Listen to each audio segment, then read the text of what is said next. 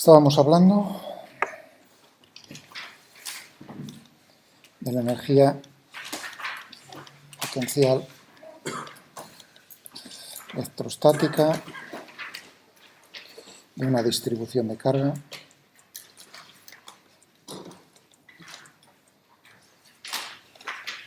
y a lo que queremos llegar, visteis que lo hicimos con cargas discretas y empezamos a hablar ya de un caso que era el... el de una distribución continua de carga, un caso muy sencillo. Y lo que queremos llegar a ver pues es cuánto trabajo nos cuesta precisamente operaciones. Si lo habéis entendido, el trabajo que nos cuesta, entre comillas, crear. Es que crear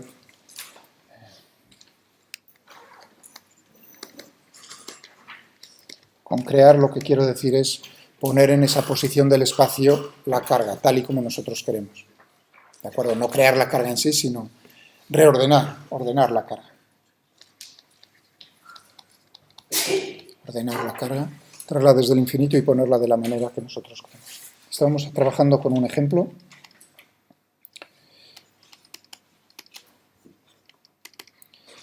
que era dos planos infinitos de carga uniforme, si recordáis, más sigma menos sigma. Paralelos, los planos paralelos. Y separados una distancia, vamos a ponerlo si queréis. Este es el eje Z.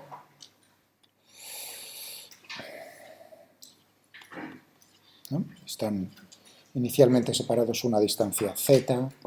Parece que ponía del otro día, da igual. Están separados de esta manera. Yo había puesto aquí más sigma, menos sigma, da igual. Bueno, y entonces habíamos visto rápidamente que cómo era el campo eléctrico en todos los puntos del espacio, y lo que queríamos era ver qué trabajo nos cuesta. Ya una vez visto que está así puesto, cuánto nos costaría desplazar una de ellas, separarla un poco más, una distancia determinada. Si queréis infinitesimal, diferencial de z, o si queréis ver finito, en este caso no hay problema, delta de z. Bien, y entonces ahí venía el juego bonito en este problema, que era darse cuenta del hecho de que si nosotros escogíamos, entonces teníamos que ver el trabajo, y para eso teníamos que ver la fuerza que se ejercen entre los dos planos de carga, y ahí era fácil equivocarse si uno escoge un elemento aquí, un área. Entonces tendríamos una carga en ese área sigma por A, esa sería la carga Q, y ver la fuerza que se está ejerciendo sobre esa, que es la que tenemos que vencer, sobre esa carga. Uno cogería, así le sale de manera natural, coger el campo eléctrico. Campo eléctrico de toda la distribución de los dos planos de carga, y ese es el error, eso es lo que no es correcto. Es únicamente al campo, debido naturalmente al plano inferior. Uno diría, bueno, ¿y por qué no las cargas? Ahí es vuestra pregunta. ¿Y por qué? Eso es lo que dicen los libros, tal como se dice de manera, para decirlo muy rápidamente. Pero si uno lo piensa, uno diría, hombre, realmente no es solo esto, sino la carga que se encuentra a su alrededor sobre ese plano también, ¿no? ¿Entendéis? O sea, eso fue lo que dije el día pasado, no incluía o sea, que ese sería el momento de decir, pues Miguel, no veo bien por qué. O sea, si tú tienes aquí un cuerpo, será la fuerza que ejercen todos los demás que están a su alrededor. Y tú no estás considerando nada más que la zona en negro. O sea, que si tú ahora me dices que, hombre, en la fuerza únicamente tengo que considerar el campo de la superficie del plano inferior, no lo veo. ¿Por qué no de la parte? Es decir, cojo la tijera, recorto, ¿no? Y lo que queda por fuera también habría que considerar cuál es el efecto de lo que queda por fuera en su plano, ¿sí o no? Pero bueno, en este caso es muy sencillo ver que, claro, como se encuentran en el mismo plano, la simetría te dice, sí, tendrás algo que tira repele por un lado, pero por el otro lado, a la misma distancia, tiene la misma cantidad, lo repele de tal manera que entonces el efecto de lo que queda del resto del plano superior, naturalmente, es nulo. Por lo tanto, únicamente hay que fijarse en el campo eléctrico del plano inferior. ¿De acuerdo? Eso es entender el problema, es ver el campo eléctrico que está afectando a esta zona en negro que yo he... Y el campo eléctrico que afecta a esa zona es el campo eléctrico que crea esto más el campo eléctrico que crea todo el plano salvo donde la zona que yo he considerado. Eso es lo fundamental. Claro, no dice la suma de las dos, pero resulta que el efecto de la parte esa que hemos recortado, que queda sobrante, esa es nula, por lo tanto, cero. Es decir, que el campo eléctrico únicamente será debido al plano inferior. Eso si tenéis curiosidad, ganas de entenderlo. Y si no, pues uno dice, me lo aprendo de memoria, es solamente el del plano inferior. Pero claro, si uno pone el siguiente ejemplo, un poco ya más complicado, pues entonces quizás necesita entender la forma de pensar. Es decir, que esto no ejerce una fuerza sobre sí mismo, únicamente los que están alrededor. Bien, dicho eso, entonces el campo no era sigma dividido por epsilon sub 0, sino naturalmente sigma dividido por 2 epsilon sub 0. Ese factor 2 era el que nos fastidiaba un poco ahí. Por lo demás, pues naturalmente ahí tendríamos una fuerza atractiva, ¿no? Sobre, de esta manera, sería naturalmente la carga Q, esta que he puesto yo, por, la fuerza sería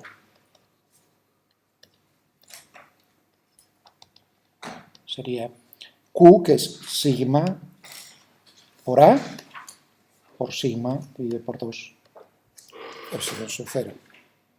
¿Estamos de acuerdo? Vale. Lo he puesto entre paréntesis para que veáis que esto es la carga, lo que he puesto ahí. Es decir, que tendríamos sigma cuadrado 2 epsilon sub 0 por el área, lo voy a poner ahí. Esa es la fuerza que tengo que vencer para separarlo un poco más. Pero el trabajo será entonces la fuerza por el desplazamiento. ¿Estamos de acuerdo? Fuerza por desplazamiento. Este será la fuerza esta. Tendremos sigma cuadrado 2 epsilon sub 0 A por el desplazamiento. Es independiente, veis ahora el momento en el que digo, bueno, ¿y qué utilizo? ¿Infinitesimal o finito? En este problema no tengo, ya habéis visto, he cogido un área también A finita, no he cogido también. En el problema en general tendría que coger siempre áreas infinitesimales y un desplazamiento infinitesimal. Pero ya que es constantes todos esos, no tengo problema en coger los finitos. O sea que aquí también podría coger un delta de z finito. Es independiente, veis que esa fuerza es independiente de z, donde se encuentra la separación de los dos planos. Si dependiese de z, entonces tendría que tener un poco de cuidado y poner diferencial de z. Ese es el sentido en las matemáticas, aplicadas a la física, claro. Bueno, es decir que aquí, como veis, ahí viene el momento fundamental de darse cuenta. Anda, lo que está pasando es que en una zona del espacio, donde inicialmente tú no tenías campo total de los dos planos, o sea, esta zona, voy a poner un dibujo en 2 dimensiones,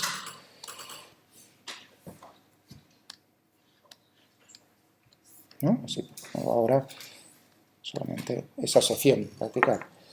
Y ahora tengo aquí, ¿quieres pasarlo? Esto separarlo, este delta de z.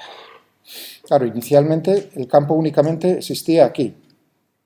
El campo total de los dos planos. Esto era más sigma, esto era menos sigma. Aquí era 0 y aquí era 0. Separarlo significa que ahora, voy a ponerlo en rojo, el campo total sigue siendo aquí 0, aquí no lo puse en azul, entre medias era sigma dividido por epsilon sub 0. Y ahora sí, aquí por aquí arriba, pero a partir de este punto será 0. En toda esta zona que estoy rayando en rojo, en esa zona, por decirlo así, hemos creado campo, no nulo, de valor sigma dividido por epsilon sub 0. ¿Estáis de acuerdo? Bien. O sea que en un volumen del espacio, claro, es infinito porque los planos son infinitos, en un volumen del espacio me ha costado trabajo crear campo. ya que es infinito no puedo hablar del trabajo total, sino el trabajo, porque ese trabajo queda almacenado en forma de energía, ese trabajo, ¿no? Porque si yo lo separo, es energía potencial. Si suelto, ¿no? Son atraídos, inmediatamente tienden a volver a acercarse un plano al otro, por unidad de volumen. Es decir, la energía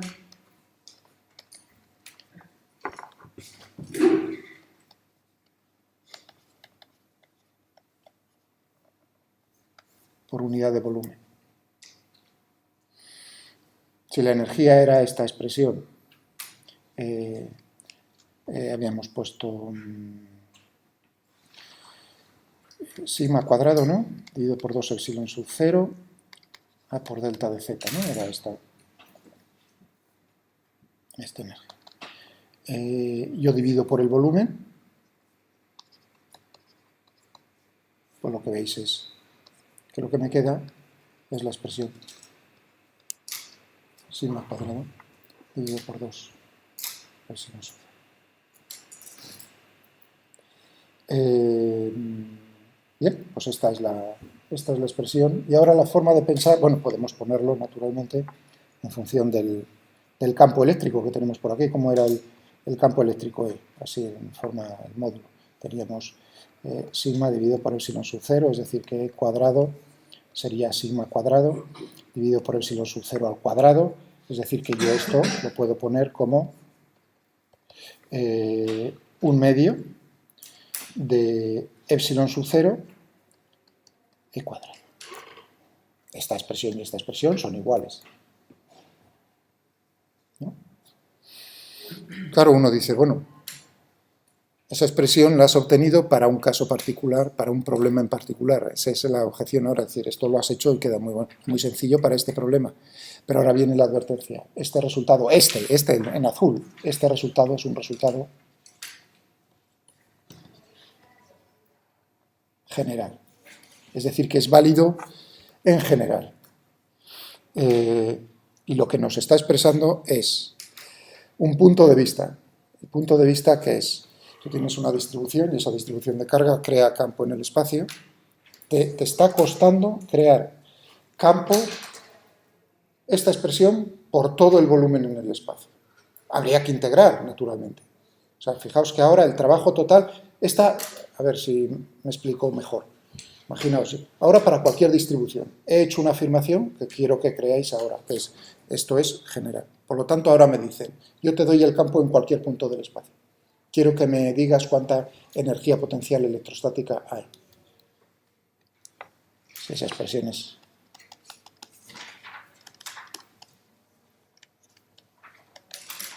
módica, es decir, que tenemos una O. Voy a ponerlo, perdonad, con U minúscula. A mí se me va a distinguir poco. U minúscula es por unidad de volumen. Energía por unidad de volumen. Se utiliza la minúscula. La mayúscula es la energía total. O sea que ahí tenéis que ver, hago la U mayúscula y la minúscula similar, simplemente más grande. Entonces, si a mí me preguntan, yo te doy E, o he calculado E de una distribución, o sea, he conocido, dato es un dato, lo tengo que hallar. Entonces, hallar toda la energía, pues es simplemente, naturalmente, hacer una integral de volumen de U por diferencial de V en todo el volumen del espacio.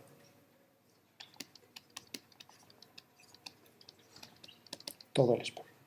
Sí, decidme que no habéis... O sea, aquí es una U y aquí es un diferencial de V. He conocido, dato. No, por favor, hacedlo. Sí, yo también me avergüenzo de... Me esfuerzo, os lo dije desde el primer día. O sea, que me criticáis después de pedírmelo. ¿Vale? O sea, yo no... lo seguiré haciendo mal, entonces, bueno, se lo he pedido... Ahora es cuando... ¿Me entendéis? Pero criticar sin antes pedírmelo, eso no lo considero justo. Eso es una broma. Bueno, criticar después de haber aprobado la asignatura. Entonces así quedamos. Y os invito a un café en ese momento. Antes no puedo. Vale, pues entonces sería simplemente, ¿no? Pues aquí tenemos 1/2 de epsilon sub 0 e cuadrado por diferencial de volumen. Depende de cómo sea el campo, si quiero en coordenadas cartesianas, polares o lo que sea, dependiendo. Si tengo suerte, vamos, si tiene una simetría el problema. O sea, que esto sería en cartesianas, naturalmente, diferencial de z, y esto sería naturalmente una integral de volumen, una integral triple en las...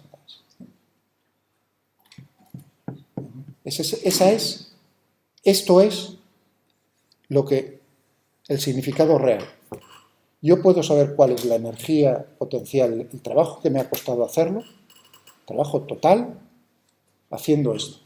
Pero claro, si uno ve esto, el punto de vista es decir, hombre, si tú tienes 1 metro cúbico en el espacio, ¿no? Y en ese me fijo aquí en el aula, en un volumen determinado del espacio, y aquí tengo, naturalmente, campo eléctrico en ese volumen.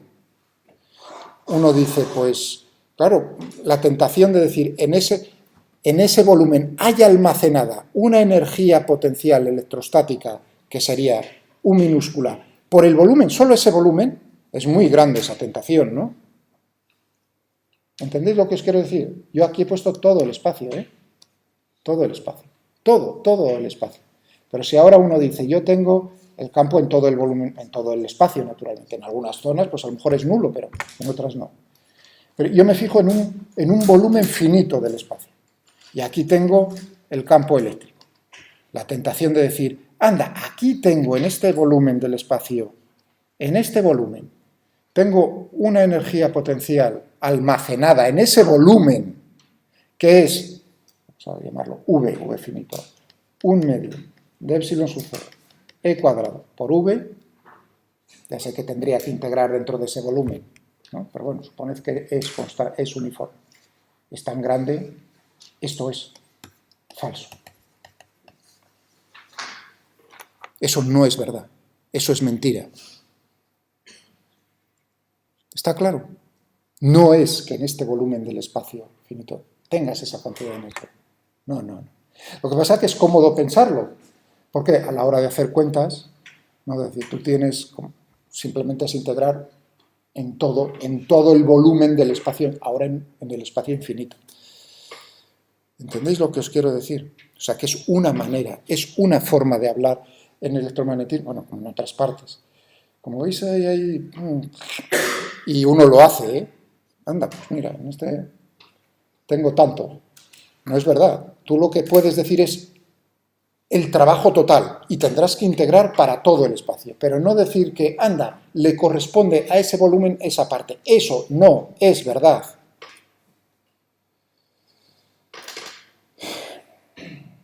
Pero como regla mnemotécnica funciona de miedo. Porque entonces uno sabe que dice, anda, pues mira, qué bien, la energía por unidad de volumen es todo esto, por lo tanto integras y liquidado el asunto. Lo mismo, es decir, que es una cosa parecida, estaba pensando, ¿qué analogía les pongo? Con lo que ocurre en los circuitos de corriente alterna. La diferencia ya que estamos hablando, hemos hablado estos días un poco. La caída de potencial entre dos puntos ¿no? Diferencia de potencial entre dos puntos en un circuito. En el momento en que dices diferencia de potencial, caída de potencial, estás pensando que el campo eléctrico dentro de ese conductor del que hemos hablado es un campo eléctrico conservativo. Si no, no hay nada que decir de que sea diferencia de potencial. Y eso es falso. Es falso en un circuito de corriente alterna, porque el campo eléctrico no es conservativo. ¿Entendéis? Claro, como norma, como regla mnemotécnica, para hacer las cuentas y que te salga bien resolver el circuito, es válida. Y por eso se explica de esa manera. Lo que no quiere decir que no sea verdad físicamente.